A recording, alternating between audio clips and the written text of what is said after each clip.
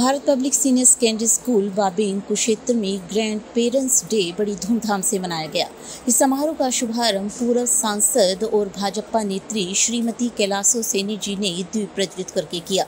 इस शानदार अवसर पर उन्होंने सबको संबोधित करते हुए कहा कि दादा दादी मानव जीवन में बहुत ही महत्वपूर्ण हैं। वे जीवन का आधार हैं, लेकिन पाश्चात्य संस्कृति के आधुनिकीकरण के कारण मोबाइल पर, इंटरनेट पर आवश्यकता से अधिक व्यस्त होने के कारण हमारी युवा पीढ़ी बुजुर्गों की अवहेलना कर रही है। मोबाइल पर गलत गतिविधियों में व्यस्त होने के कारण उनके मन में दूषित विचार आने के कारण उनकी प्रेम पूर्ण भावनाएं मर चुकी हैं। वे अपने परिवार, अपने बुजुर्गों से दूर होते जा रहे हैं।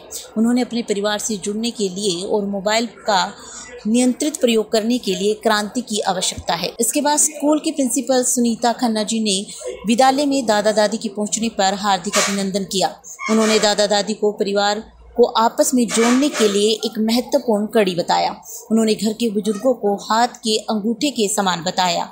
जिस प्रकार हाथ का अंगूठा कोई कार्य नहीं कर सकता, हर उंगली को अपना कार्य पूरा करने के लिए अंगूठे की आवश्यकता होती है, उसी प्रकार परिवार के प्रत्येक सदस्य को अपने कार्य में बुजुर्गों का सहयोग अति आवश्यक है।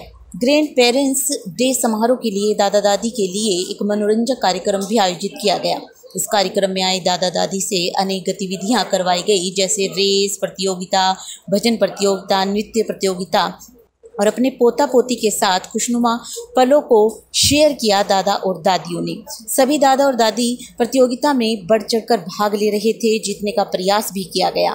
दादा दादी ने इस कार्यक्रम का खूब आनंद लिया। प्रिंसिपल मैम का धन्यवाद किया। उन्होंने हमें दादा दादी के लिए इस कार्यक्रम का आयोजन किया, इसके लिए प्रिंसिपल मैम का बहुत बहुत धन्यवाद। कार्यक्रम में आए दादा दादी और पोते पोतियों ने इकट्ठे नाच गाकर खूब मस्ती की। जिनके दम पर हम पूरे विश्व में हमारा भारतवर्ष मशहूर है, प्रसिद्ध है।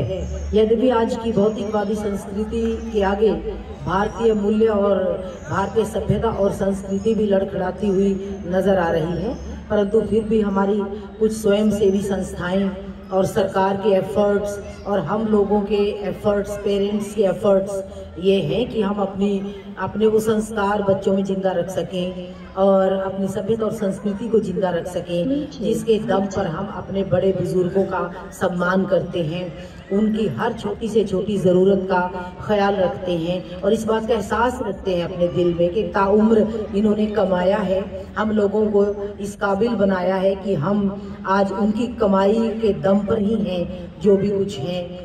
बच्चों में को ये बताया जा सके और ताउम्र वो ये एहसास रखें, ताकि आगे आगे पीढ़ी दर पीढ़ी ये सम्मानजनक परंपरा इसी प्रकार से बरकरार रहे और किसी भी बुजुर्ग को हमारे देश में वृद्धाश्रम का सहारा न लेना पड़े, दूसरों का सहारा ना लेना पड़े, क्योंकि अपनों से दूर होने का दर्द वो ही समझ सकता है जो कभी अपनों से दूर हुआ हो। और जब जिंदगी के उस पड़ाव पर, उस मोड़ पर बुजुर्गों को अपने परिवार की, अपने बच्चों की, अपने नन्हे मुन्ने पोते पोतियों की जिन्होंने अपनी गोद में खिलाया है, सबसे ज्यादा आवश्यकता होती है, वो उनसे विमुख और दूर हो जाते हैं। इंटरनेट और टीवी चैनल्स ने और टेलीफोन के पर प्रसारित होने वाले कार्यक्रमों ने हमारे बच्चों को संस्कारों से दूर करने का पूरी ताकत लगा रखी है और इधर हम जैसे लोग ये प्रचार प्रसार करके ताकत लगा रहे हैं। जीत आखिर में नैतिकता की ही होगी और हमारे वो मूल्य जिंदा रहेंगे। इसी कड़ी में मैं आपका भी धन्यवाद करती हूँ और सभी का धन्यवाद करती हूँ जिन्होंने इस कार्यक्रम में हिस्सा लिया, जो इसका हिस्सा बने और जिन्होंने डिटरमिन किया है अपने आप से कि हम भी इस परंपरा के नज़दीक रहेंगे और बुजुर्गों का सम्मान करेंगे, जो हमारी आन बान और शान है।